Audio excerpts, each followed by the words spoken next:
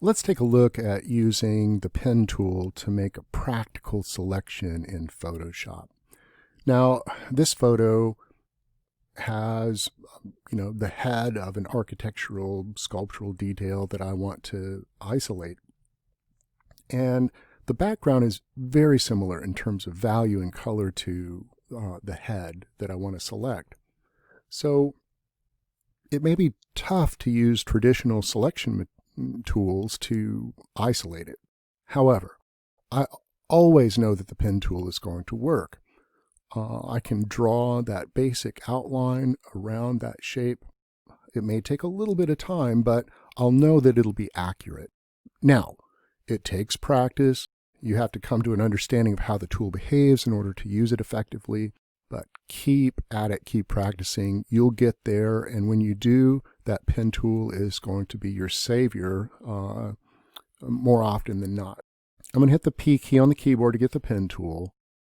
It's always a good idea, I think, to start on a broad curve rather than, where there's a lot of twists and turns and details.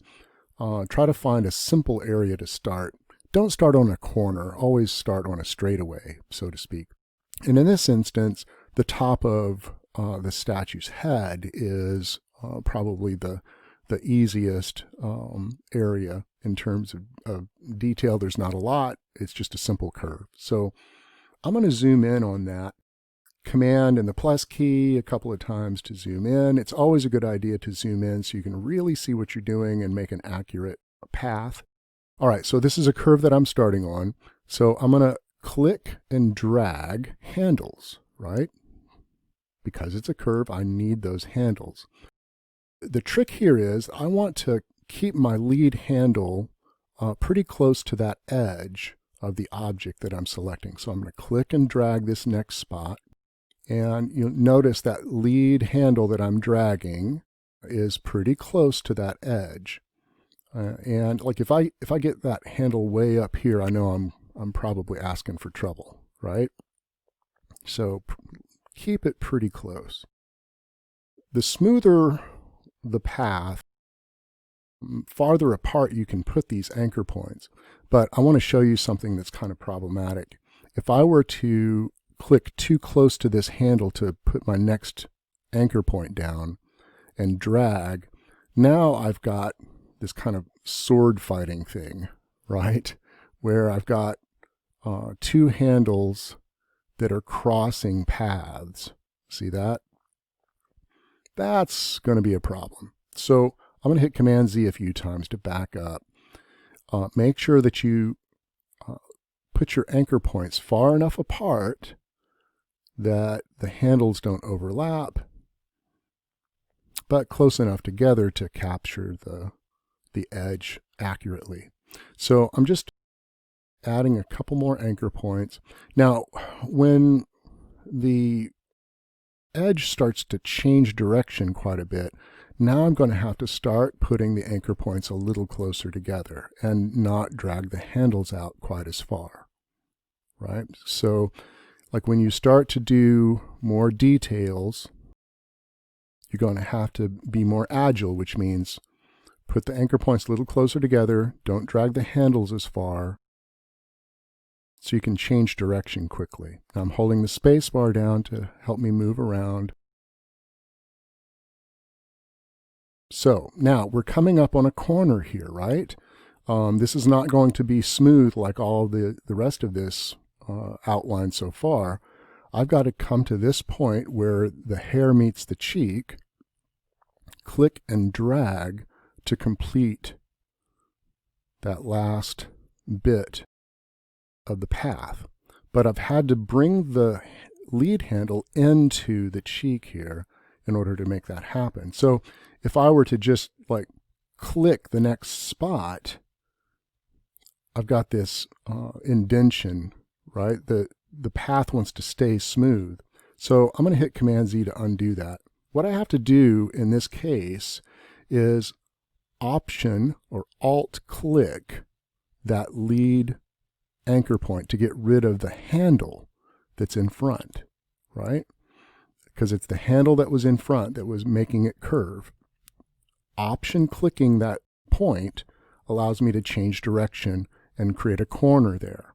So again, let me zoom in a little closer here. I'm going to adjust that position. I'm holding down the Command key to just kind of reposition that point a bit. Again, I'm going to back up just to show you this again. I'm finishing that last bit of the path, bringing the handle into the cheek. I'm going to Option click to get rid of that lead handle, and now I can change direction, and it's created a corner there, right? A corner anchor point. Hold down the space bar, move myself along a little farther, click and drag to create smooth points. Again, the idea is that you can place them farther apart on smoother, more predictable lines like this. You're going to create a much more successful selection if you can space these anchor points a little bit farther apart. So once again, I've gotten to where the hair meets the cheek. I have to Option click that lead anchor point to get rid of the lead handle. Then I can move over, and you see it creates a nice corner for me there. Option or Alt click to make that happen. All right.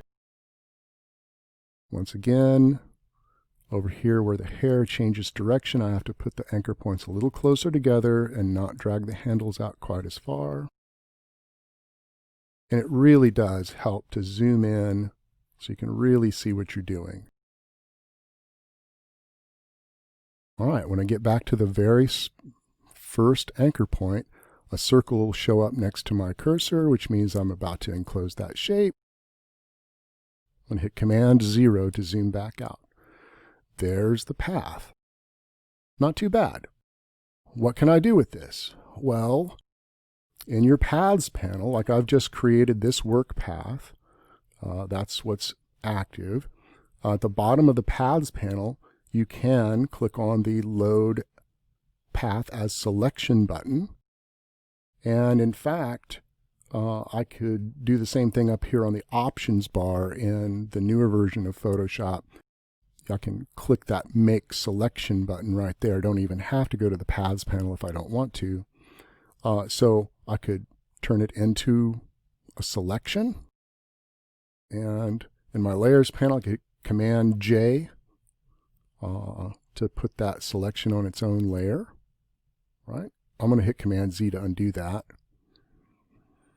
So back to the path, before I made it a selection, I could make it a mask, right? I could click on the mask button, and now on my layer over here, I've got a mask that's, hiding the background and revealing what's inside that mask. Okay. Now I'm going to hit Command Z to undo that, or I could take that and turn it into a shape. Right now, here it's a vector shape that I could continue to draw with if I wanted to. I'm going to hit Command Z one more time. And how about other things? Like I can turn it into a selection, and while that selection is made, I can create an adjustment layer. Remember, the bottom of your Layers panel, there's the Create New Fill or Adjustment layer. I could create a hue saturation adjustment. It puts a hue saturation a layer above, and I can hit the Colorize button and give it whatever color I want. Increase the saturation a bit. Get the idea? Using the pen tool is not just for drawing vector objects like flat shapes that have color, etc., but you can use it in a very practical way in Photoshop to make complex selections very accurately and use them however you need to. Let me show you one more thing while I'm here. I'm going to hide that hue saturation adjustment layer. There is another tool grouped with a pen tool called the Curvature Pen Tool.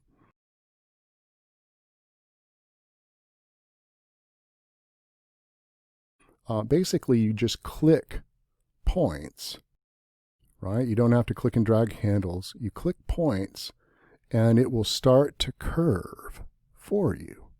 Let me zoom in here a bit. And once again, like if you click a little closer, you can change direction. Again, I'm not dragging handles, but just clicking points. Now, this is a corner. Just like with the pen tool, if I Option or Alt-click that lead anchor point, it turns it into a corner, and it'll make a sharp turn for me. It takes a little bit of practice, but once you start to get the hang of it, you can create curved lines here too. This is another corner. Option click the lead anchor point to make it a corner.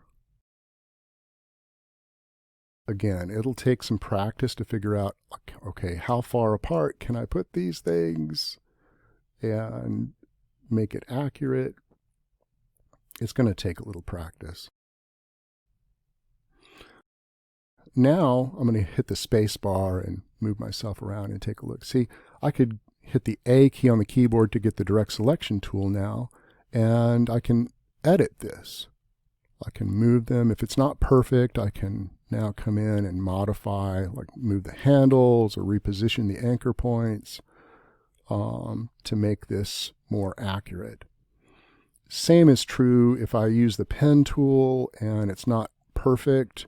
I can come back, get the direct selection tool, the white arrow, reposition anchor points, adjust handles to get the curves just right. This is not going to happen for you overnight, right? You're going to have to fight with it a bit,